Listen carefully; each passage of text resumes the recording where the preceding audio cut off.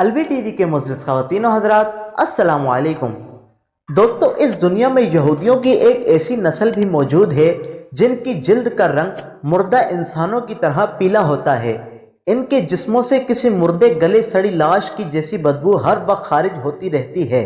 ان کا نیا لباس بھی تھوڑے ہی عرصے بعد کسی مردے کے کفن کی طرح گرد آلود اور تار تار ہونے لگتا ہے۔ یہ لوگ اپنی اس کمزوری یا نشانی کو چھپانے کے لیے بھلے کتنے ہی پرفیوم اور خوبصورت لباس و میک اپ استعمال کر لیں، لیکن ان کی تینوں نشانیوں میں سے کسی ایک نشانی کی وجہ سے پہچانے جاتے ہیں۔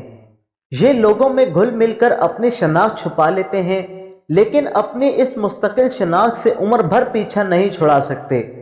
دوستو، یہ ایک عذاب یافتہ قوم ہے جو ہزاروں سال پہلے دنیا میں آئی تھی، لیکن اپنی بدعملی اور پیغمبروں کی نافرمانی کی وجہ سے اللہ تبارک و تعالیٰ کے احکامات کی خلاف ورزی کرنے کی وجہ سے ایک انوکھے اور بدترین عذاب کا شکار ہو گئی تھی۔ دوستو، یہ واقعہ کچھ یوں ہوا تھا کہ حضرت موسیٰ علیہ السلام کے بعد کی بات ہے، جب ایک پیغمبر یہودی قوم کے ایک بڑے شہر کی طرف بھیجے گئے تھے۔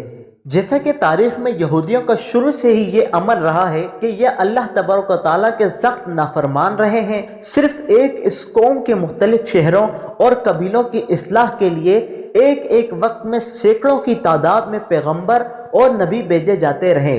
کہا جاتا ہے کہ پیغمبروں کی کل تعداد میں سے 90% پیغمبر یعنی 1,00,000 سے زائد صرف یہودیوں کی طرف بھیجے گئے۔ اسی طرح ایک قوم کی طرف جس شہر میں ایک پیغمبر کو بھیجا گیا تھا وہ ایک بڑا شہر تھا، اس میں لاکھوں کی تعداد میں انسان رہتے تھے۔ ایک بار ایسا ہوا کہ پیغمبر نے اللہ تبارک و تعالیٰ کے حکم سے قوم کے لوگوں کو اکٹھا کیا اور نافرمانوں کے ایک لشکر سے جہاد کرنے کے لیے تیار ہونے کا حکم دیا، لیکن جیسا کہ یہودی روپے پیسے کی لالچ اور دنیا دار قوم تھی، جنگ جہاد سے دور رہنے والی، لیکن سازشوں کے ساتھ مل کر دوسرے انسانوں کو آپس میں لڑوانے والی قوم ہے، لہٰذا انہوں نے پیغمبر کو انکار میں جواب بھی نہیں دیا، لیکن بہانے بازیوں سے پس و پیش کرنے لگے۔ پیغمبر ان کو روزانہ گھروں میں جا کر جہاد کی تیاریوں کا حکم دیتے، لیکن وہ دنیاوی زندگی میں اتنا کھو چکے تھے کہ موت کے تصور سے ہی گھبرا جاتے تھے۔ وقت گزرتا رہا، وہ اللہ کی طرف سے آنے والے اس حکم سے بالکل بے نیاز ہو گئے۔ اسی وجہ سے اللہ تبارک و تعالیٰ کی طرف سے عذاب لانے کا فیصلہ کر لیا گیا۔ پھر ایک روز ان میں طاعون کی وبا پھوٹ پڑی اور روزانہ درجنوں افراد موت کے منہ میں جانے لگے۔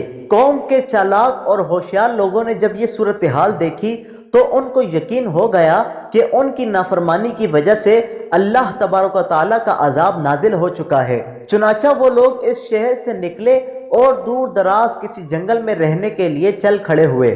وقتی طور پر جگہ بدلنے کی وجہ سے وہ طاعون کے مرض سے بچ گئے۔ اس پر انہوں نے فیصلہ کیا کہ وہ اسی جنگل میں اپنے بچوں، دوستوں، ساتھیوں اور رشتہ داروں کے ساتھ اس وقت تک مکین رہیں گے جب تک ان کے شہر میں طاعون کا عذاب ٹل نہ جائے۔ ابھی ان کو وہاں رہتے ہوئے چند ہی دن گزرے تھے کہ ایک دن اللہ تبارک و تعالیٰ نے ایک فرشتے کو بھیجا اور یوں ان کی چالاکی اور عقل ان کے کام نہ آئی، ان پر عذاب پہنچ گیا۔ فرشتہ ایک بلند پہاڑ پر کھڑا ہوا اور اس نے ایک ایسی خوفناک چنگھاڑ کی آواز نکالی کہ جس نے وہ آواز سنی دہشت اور خوف سے ہوش و حواس کھو بیٹھا۔ اس کے بعد فرشتے نے اسی گونجدار آواز میں پکارا کہ مر جاؤ۔ فرشتے کے یہ الفاظ ادا ہوتے ہی جہاں جہاں پر وہ یہودی موجود تھے وہیں پہ ہی گر گئے اور اسی وقت ان کی روحیں ان کے جسموں سے پرواز کر گئی۔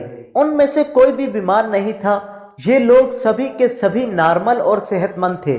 ان کی تعداد تقریباً 70,000 کے لگ بھگ تھی۔ جنگل کے اندر جہاں پہ رہائش پذیر تھے وہاں پر لاشیں ہی لاشیں پڑی تھیں، جن میں بچے، بوڑھے، عورتیں سبھی شامل تھے۔ اور حیرت کی بات یہ تھی کہ ان کے قریب کوئی درندہ اور جانور بھی نہیں آ رہا تھا، جس کی وجہ سے چند روز بعد ان کی لاشیں گلنے سڑنے لگی۔ اتنے لوگوں کی لاشوں کی بدبو کی وجہ سے جنگل میں اور جنگل کے ارد گرد آبادیوں میں ناقابل برداشت بدبو پھیل گئی، جس پر علاقے کے لوگوں نے فیصلہ کیا کہ ان کو ایک جگہ اکٹھا کر کے ان کے چاروں طرف ایک دیوار بنا دی جائے۔